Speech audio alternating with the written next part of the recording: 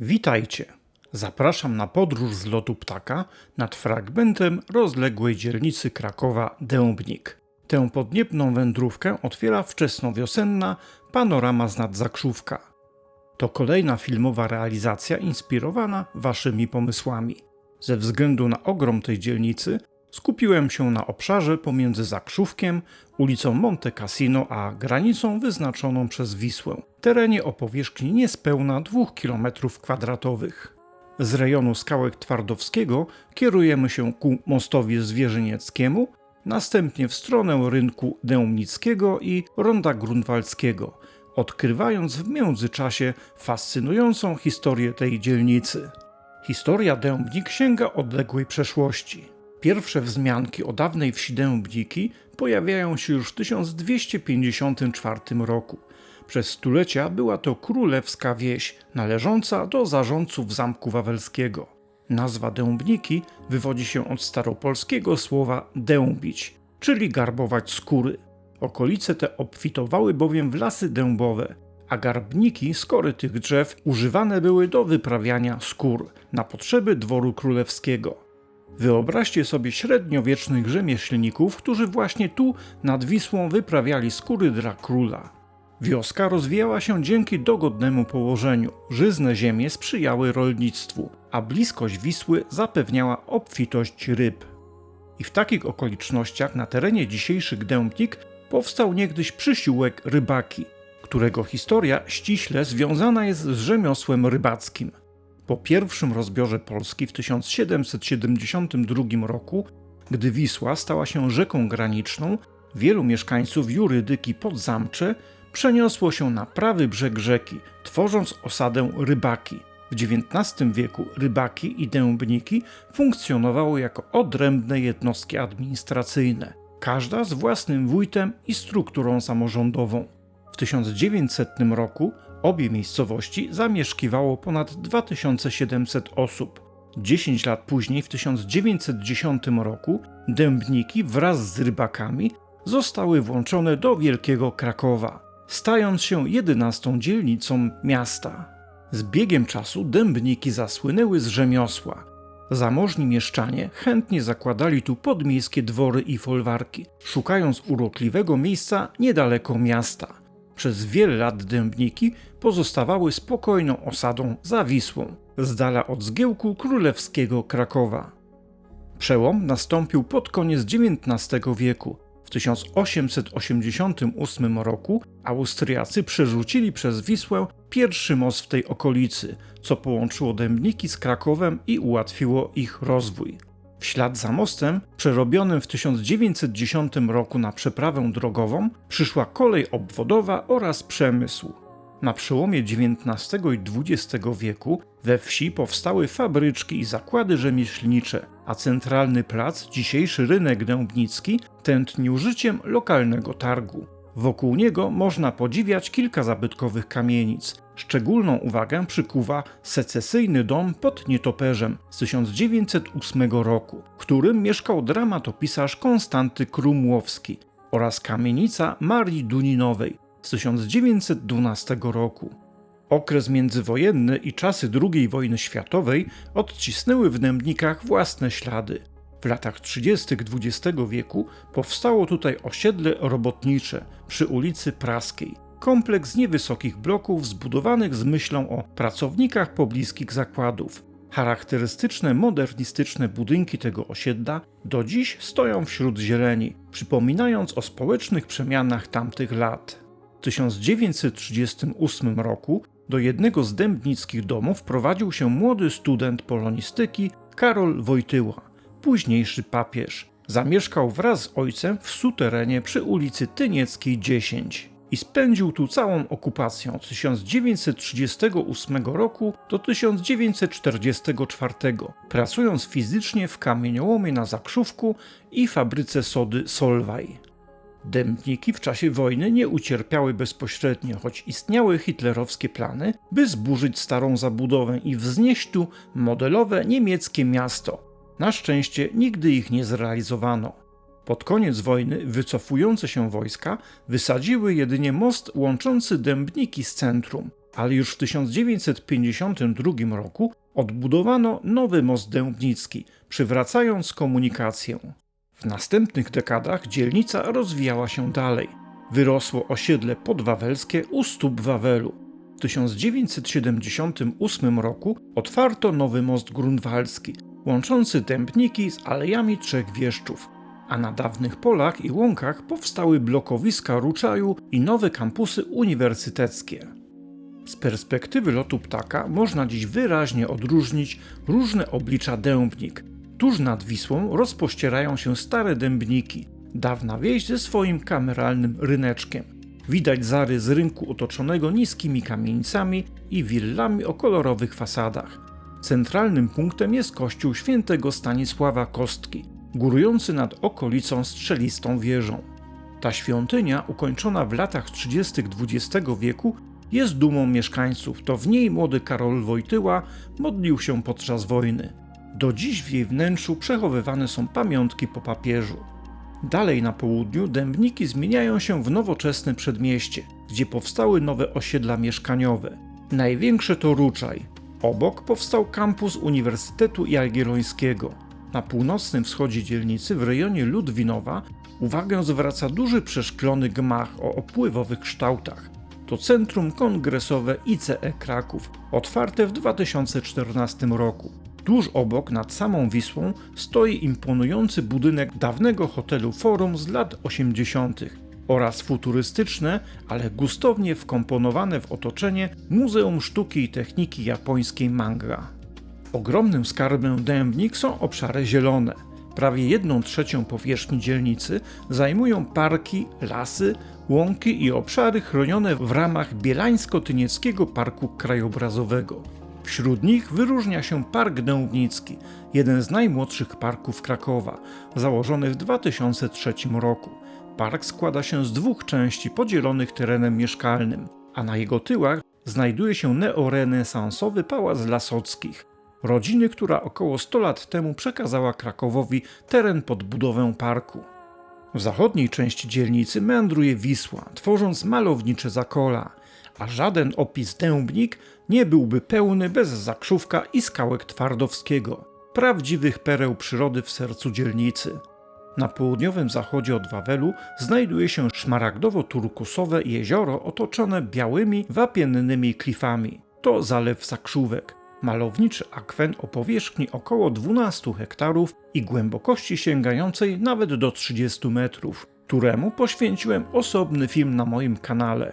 Historia tego miejsca jest wyjątkowa. Kiedyś działała tutaj kopalnia wapienia, ale gdy górnicy natrafili na podziemne źródła wody, kamieniołom wypełnił się krystalicznie czystą wodą, a natura sama stworzyła w środku miasta bajeczne jezioro, które przez lata było dziką atrakcją dla mieszkańców.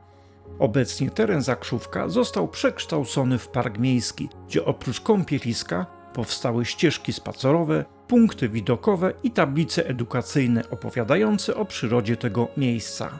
Skałki Twardowskiego tworzą skalne obramowanie Zakrzówka. Te wysokie na kilkadziesiąt metrów białe klify i ostańce, porośnięte kępami zieleni, to dziś teren parkowy i rezerwat przyrody w granicach miasta. Nasza podniebna podróż nad Dębnikami dobiega powoli końca, ale historia tej dzielnicy ciągle trwa. Dębniki to miejsce pełne kontrastów, a zarazem harmonii. Obok starych domów i zabytkowych kościołów wyrastają nowoczesne osiedla. Obok gwarnych arterii rozciągają się ciche uliczki, stawy i łąki.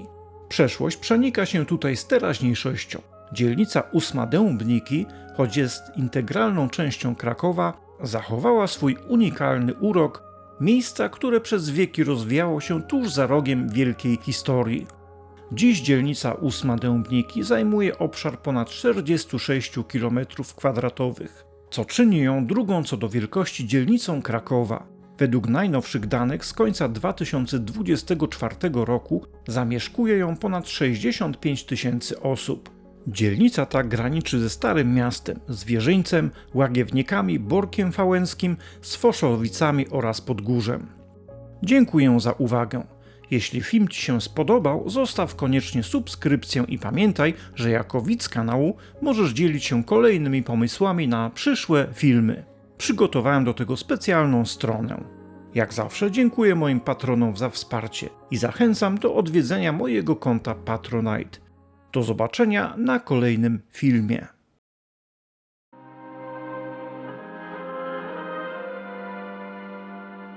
Whispered memories in twilight, 별빛 속에 warmth the lights, a promise gently spoken, 새로운 시작 finds its light. I feel the weight of 네가 준 말, empty rooms where silence calls, every tear sketches 내 maum's art, broken pieces craft a different start, as night yields to morning's bit, cracks reveal my inner grit, in the mirror truth flows through, 내 진실 속 I'm born anew. We rise from ashes, unbound and free, every scar shows who we're meant to be, after the storm of fractured hearts, together we stand, reborn, transformed, step by step on shattered glass, I learned to walk, let old pains pass, in solitude I reclaim what's mine, a bit close gently, firm by design. Days were dim and hope felt far, 멀어진 꿈 faded like a scar, yet each tear carves strength inside, turning ache to courage amplified. I was broken, left on the floor, scars became the keys to more. Now I write my future, Negil is near, shaping strength from trials, no trace of fear. From brokenness we soar, set free, every scar a sign of destiny, in the hush after the storms cry, together reborn, we now rise.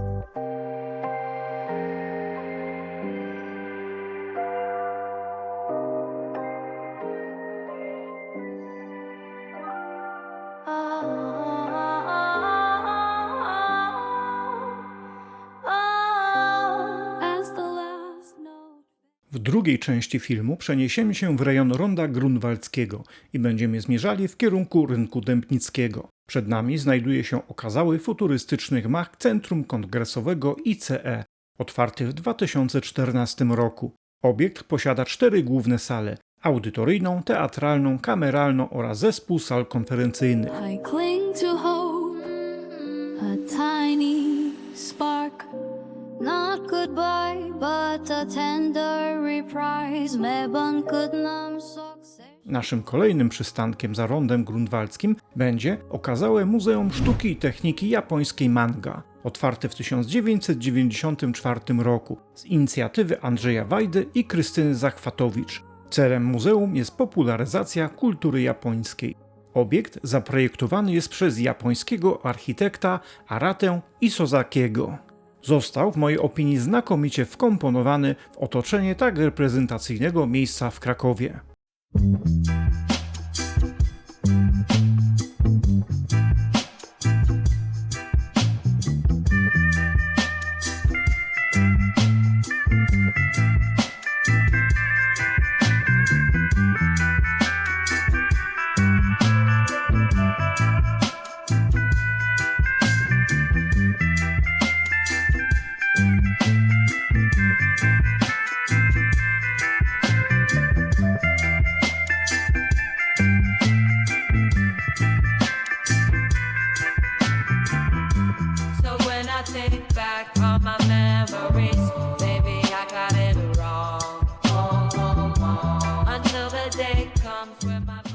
Pod nami znajduje się ulica Barska. Łączy się z ulicą Konopnickiej i prowadzi w stronę rynku Dębnickiego.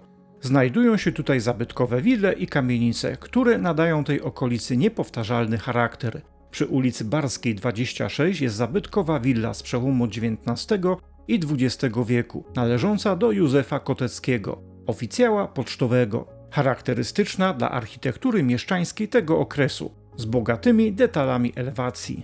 Obok przy Barskiej 30 znajduje się kamienica z 1907 roku, będąca przykładem secesyjnej architektury. Idąc dalej ulicą Barską, przy ulicy Powroźniczej 2 znajduje się zabytkowy dworek z XIX wieku Beaty Matejkówny, córki Jana Matejki. Obecnie mieści się tu filia Biblioteki Kraków. Dębniki słyną z pięknych zabytkowych willi, które można podziwiać spacerując po tej okolicy. Na pewno warto zwrócić uwagę na willę Komornicki przy ulicy Tynieckiej 7, zwanej też willą pod Minerwą, której obecny kształt zaprojektował Adolf Szyszko-Bochusz. Wcześniej stał tu XVII-wieczny dom przebudowany przez Józefa Pokutyńskiego pod koniec XIX wieku. Adaptacja Szyszko-Bochusza objęła nadbudowę jednego piętra oraz realizację dwupoziomowego ganku z tarasem w stylu eklektycznym. Z ciekawostek w willi tej kręcono zdjęcia do filmów Człowiek, który został papieżem i Katyń. Idąc dalej wałami Wisły przy Tynieckiej 18 znajdziecie okazały Pałac Lasockich, najładniejszy zabytek Dębnik wzniesiony około 1880 roku, z elementami klasycystycznymi, co było typowe dla rezydencji z tego okresu. Obecnie pałac wpisany jest do rejestru zabytków i pełni funkcje mieszkalne oraz znajduje się w nim siedziba Technikum New Technology. Nieopodal rynku Dębnickiego przy ulicy Madalińskiego znajduje się neogotycka kaplica świętego Piotra i Pawła z 1883 roku, będąca jednym z nielicznych przykładów tego stylu na Dębnikach. Cała ulica Tyniecka i Szwedzka to willowa zabudowa, na której znajdziecie więcej zabytków i okazałych budynków. Przy Tynieckiej 9 znajduje się ciekawy dom Jana Zarzyckiego. Obok, przy Tynieckiej 10, wspomniany już dom, w którym mieszkał Karol Wojtyła. Dziękuję za uwagę i żegnam się drugi raz z Wami. Do zobaczenia na kolejnym filmie.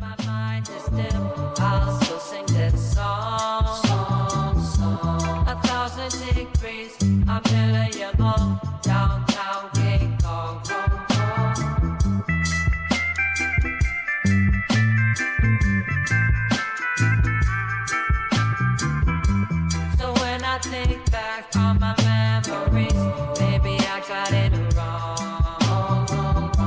Until the day comes when my mind is still